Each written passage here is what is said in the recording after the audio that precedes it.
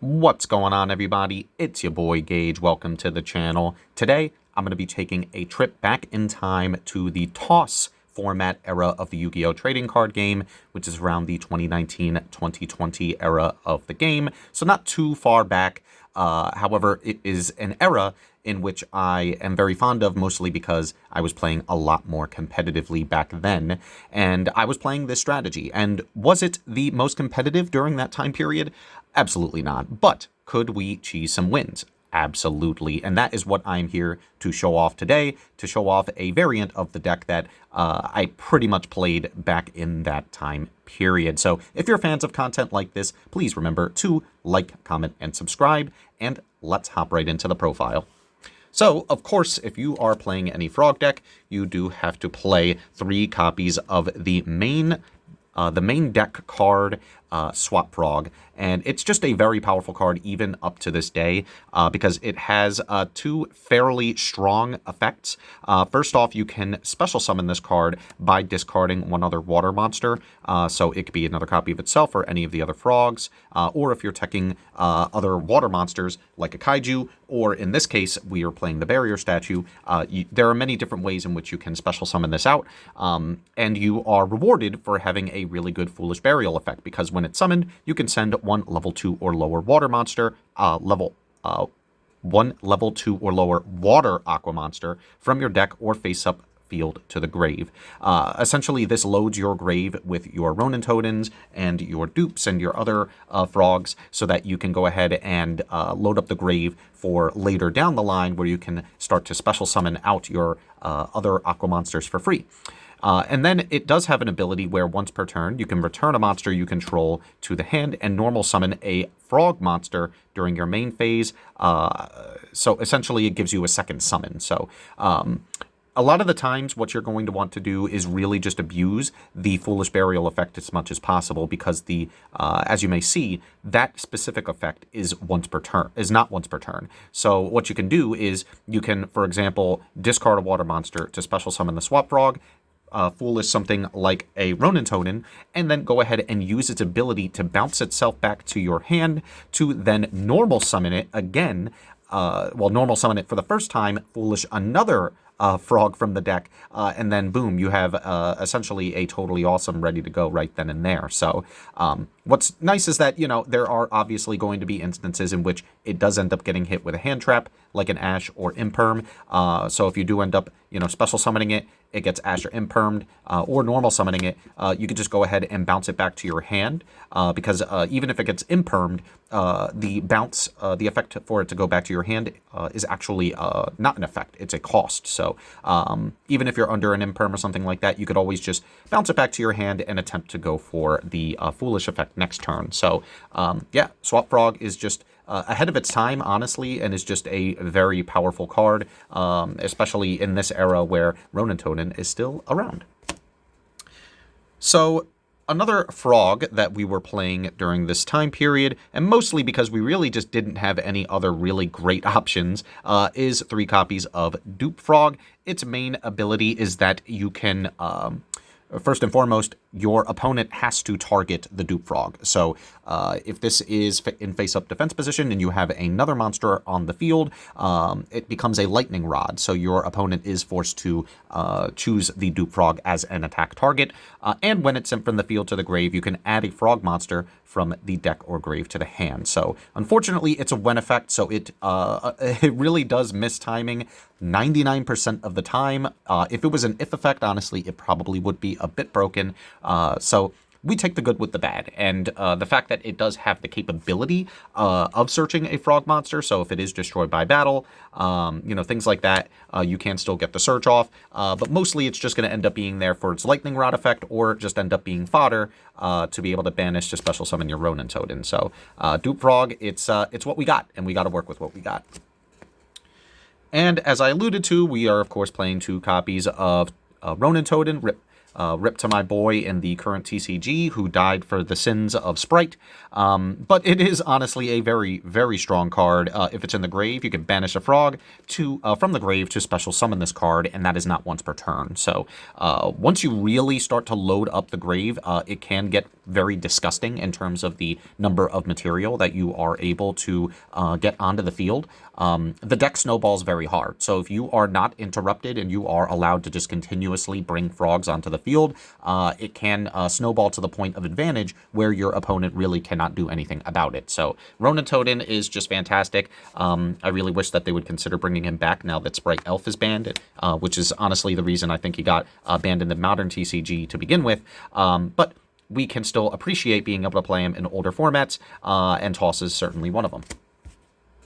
And for the last frog, I am just teching a copy of Flip Flop Frog. This is mostly for the grind game so that you have additional targets from in the deck for Swap Frog's effect, so that you don't run out of frogs to be able to special summon off of your Ronin Toadin. And it's a grindy deck. It's a control space strategy, so there are going to be many instances in which you are going to end up in the grind game. And Flip Flop Frog it's okay. When it's flip face up, you can return monsters your opponent controls to their hand up to the number of other face up frog monsters you control. So there can be cheeky instances in which you are able to get him onto the field, and if you do just so happen to flip it yourself, you can go ahead and use its effect to bounce a number of cards up to that your opponent controls, which is pretty nice. But again, it's really just there to be an additional target for Swap Frog, so that we have enough materials in the grind game.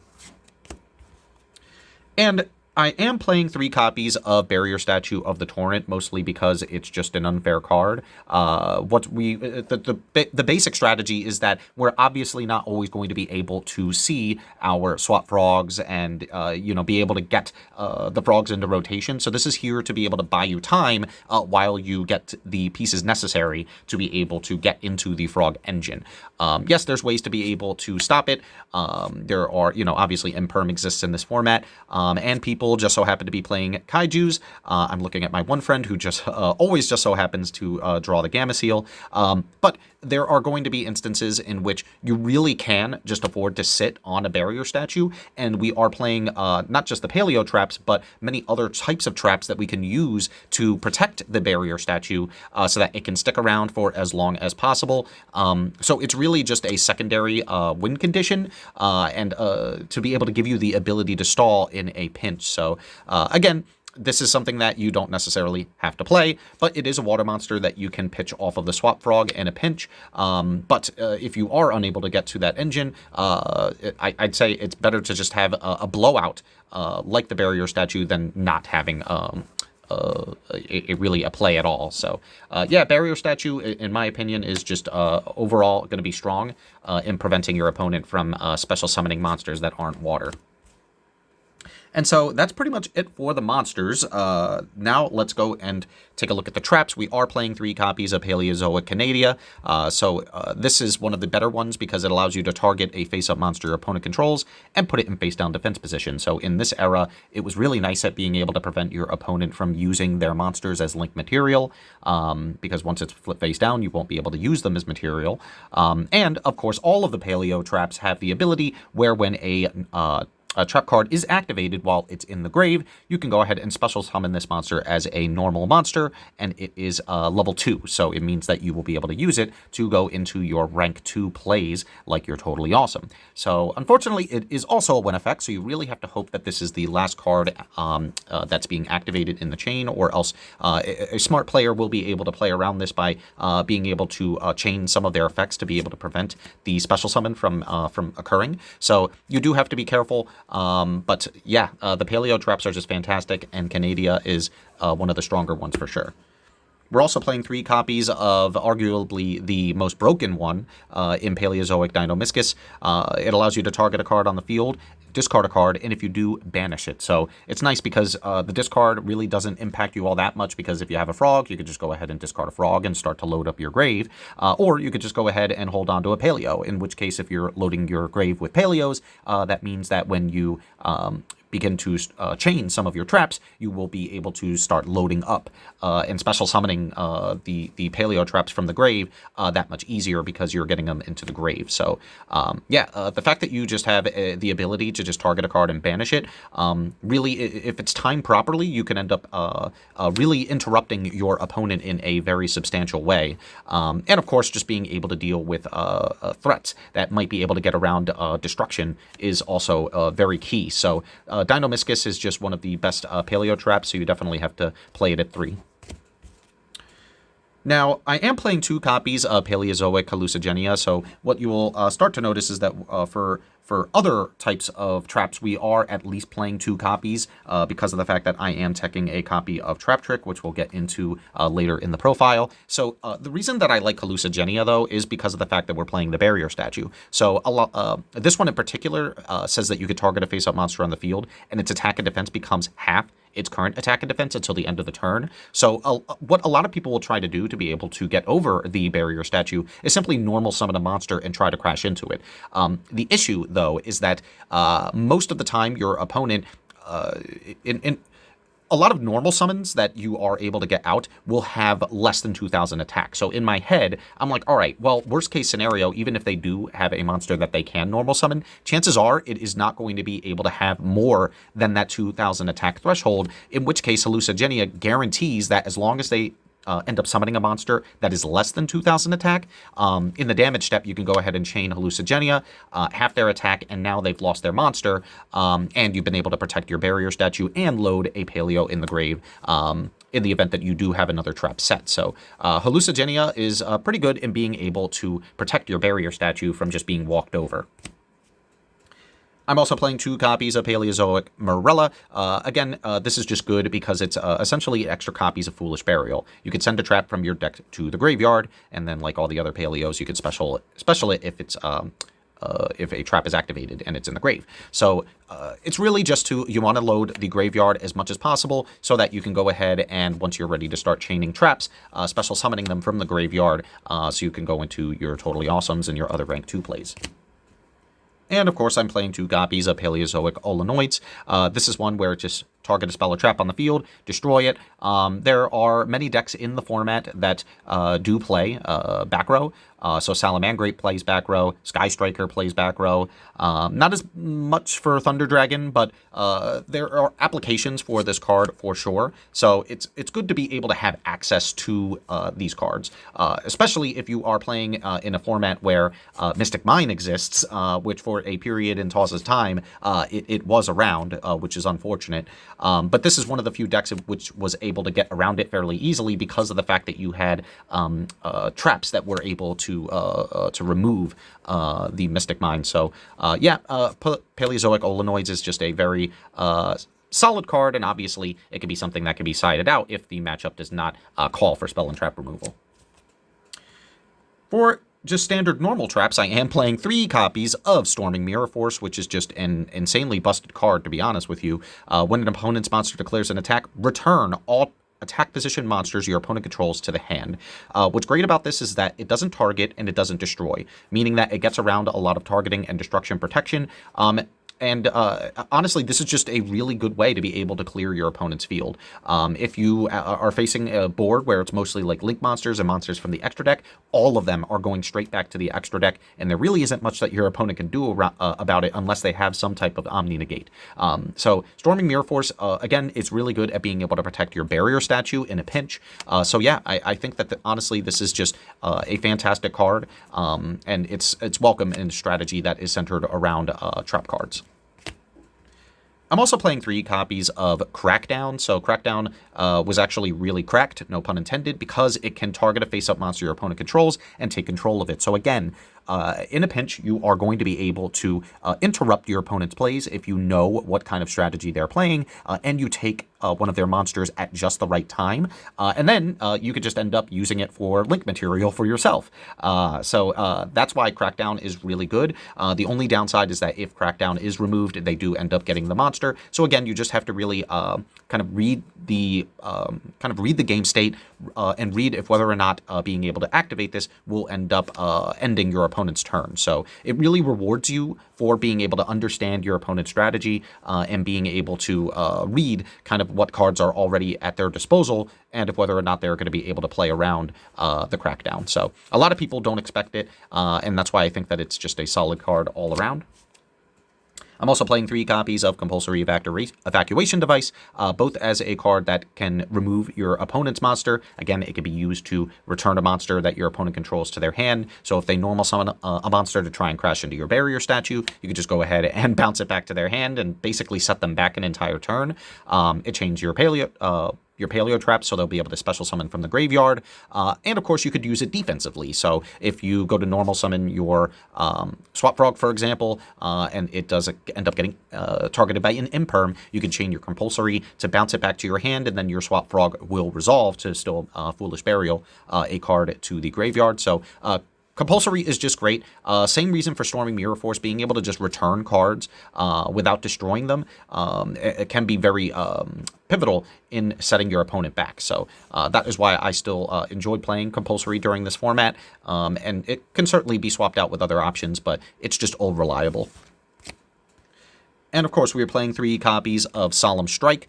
Solemn Strike just essentially makes it so that your traps are going to be able to go through because of the fact that you can pay 1,500 life points and either negate the special summon of a monster or the effect of a monster. So a lot of the times your opponent is really going to be able to establish monster effects to be able to stop you, especially if you had the ability to set up going first. So this in tandem with literally any of your other traps, there are plenty of times in which my opponent attacks, I'll Storming Mirror Force, they'll try to negate it with a monster effect, and then I flip Solemn Strike, and because it's a counter trap, unless they have a counter trap of their own, they are going to end up not being able to chain to the Solemn Strike, meaning that you're guaranteeing that your effect will be able to go through. And of course, you could just use it to time the summon of one of their monsters, one of their key monsters that is being special summoned from the extra deck.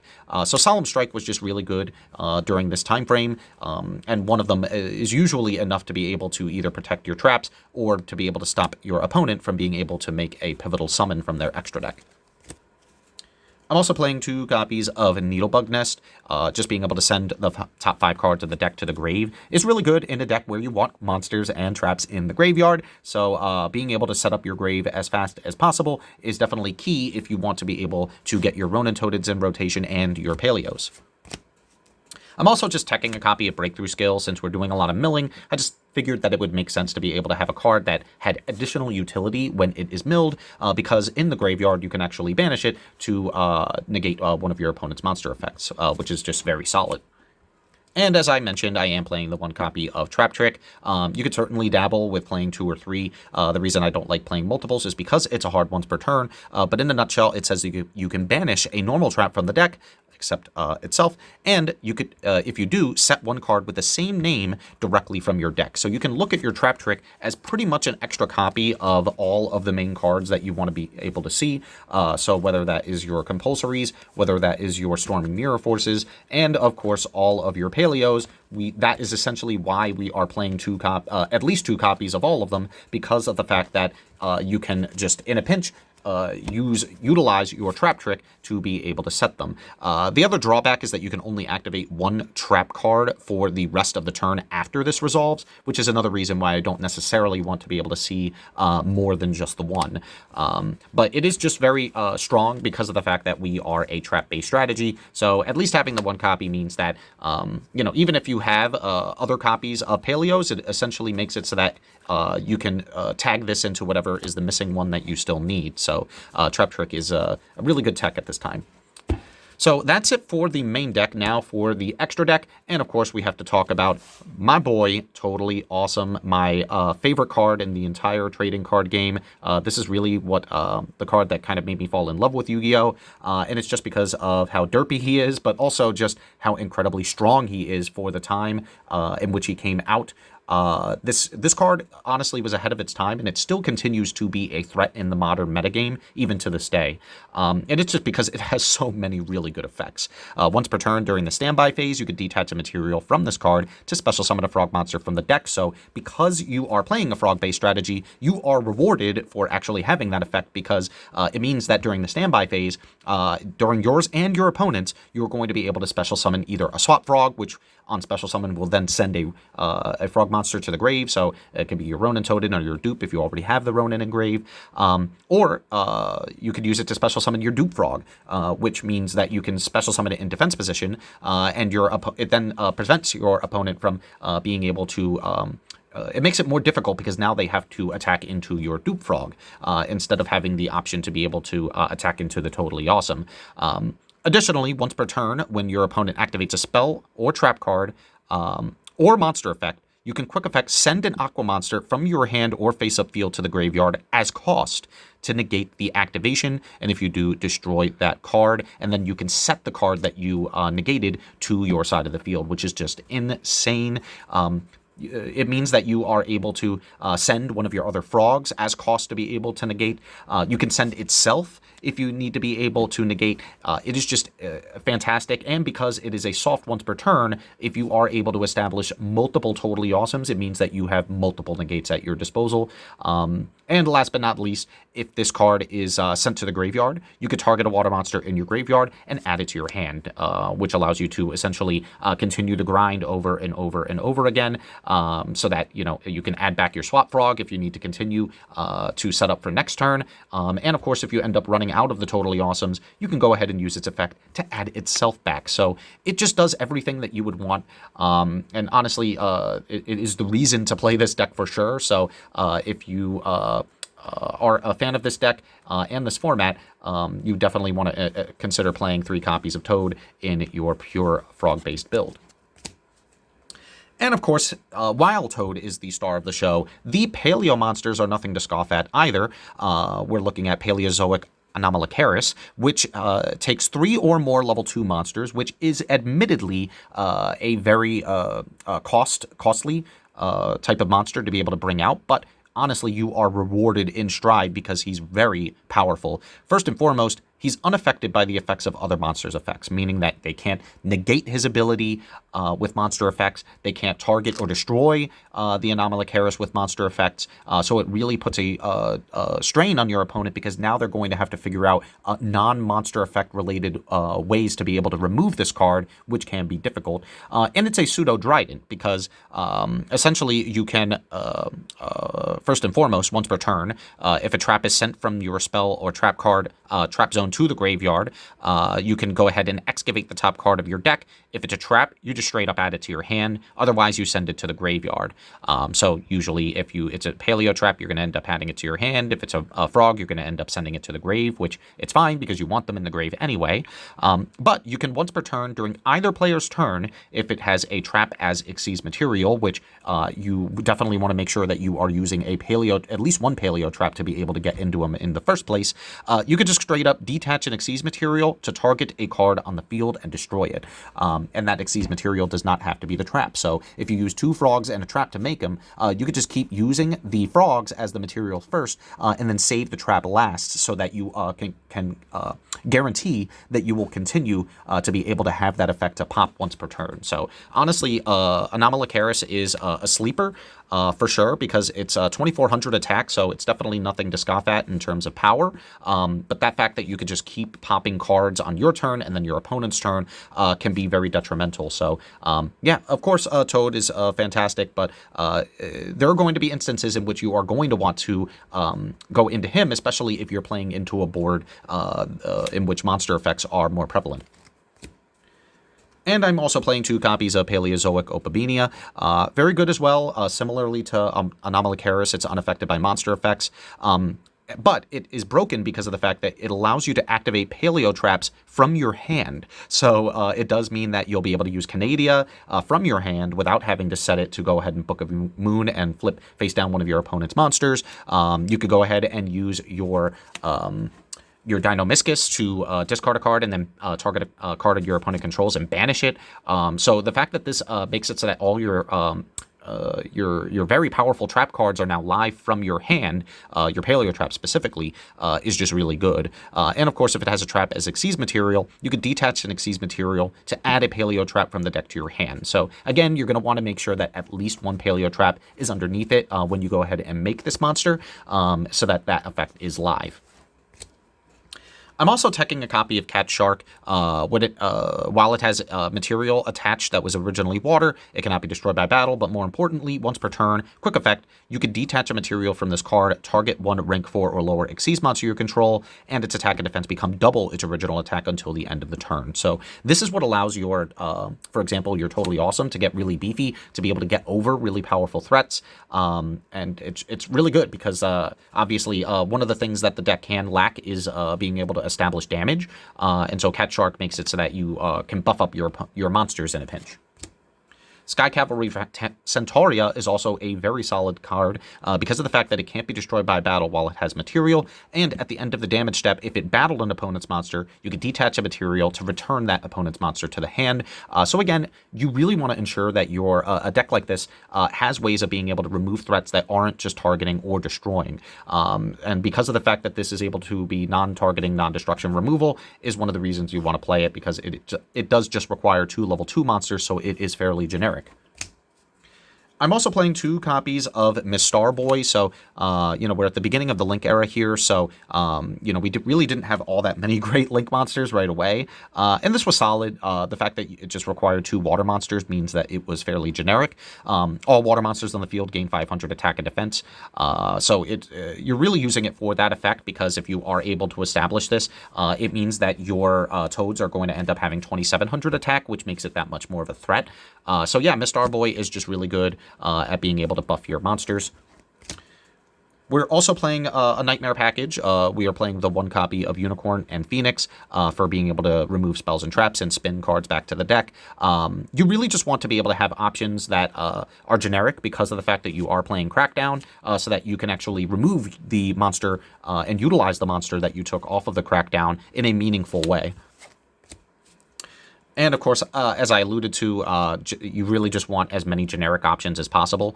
So I am teching the copy of Security Dragon, which straight up just says 2 monsters. So it can't get any more generic than that. Like I said, most of the time you're going to end up just going into the Xyz monsters. So in this format, the Link monsters aren't really as much of important. But Security Dragon is just good because of how generic it really is. And then lastly, we are playing the 1 copy of Boral Sword Dragon, which is really good because it can't be destroyed by battle. It allows you to, once per turn, quick effect, target an attack position monster and change it to defense position, and then it gives itself a second attack, which just means that Boral Sword is really good as an OTK machine. And so guys, that is it for the profile. I really hope that you enjoyed kind of taking a trip down memory lane with me if you were not familiar with this strategy. I really wish that this strategy was still around, but unfortunately it's just been power crept, and even if it wasn't power crept, we did lose our copy of Ronin Toadin, which is now banned because, again, it died for the sins of Sprite. So personally, I think it could come back because Sprite Elf was really the biggest issue, and because now that they have banned Sprite Elf in the TCG, I think Ronin Toadin, nobody's going to be like, oh man, Ronin Toadin's back, we really got to be scared. I think we'll be just fine, especially since frogs aren't really doing anything currently. So guys, I really appreciate it if you stuck around up until this point. This is a deck that's near and dear to my heart, so I'm glad that I got to show it off again. And let me know if this is a strategy that you've played in the past. Let me know what you think of the different tech cards, if you played certain tech cards of your own. And yeah, if you're fans of content like this, remember to like, comment, and subscribe. And until next time, GG.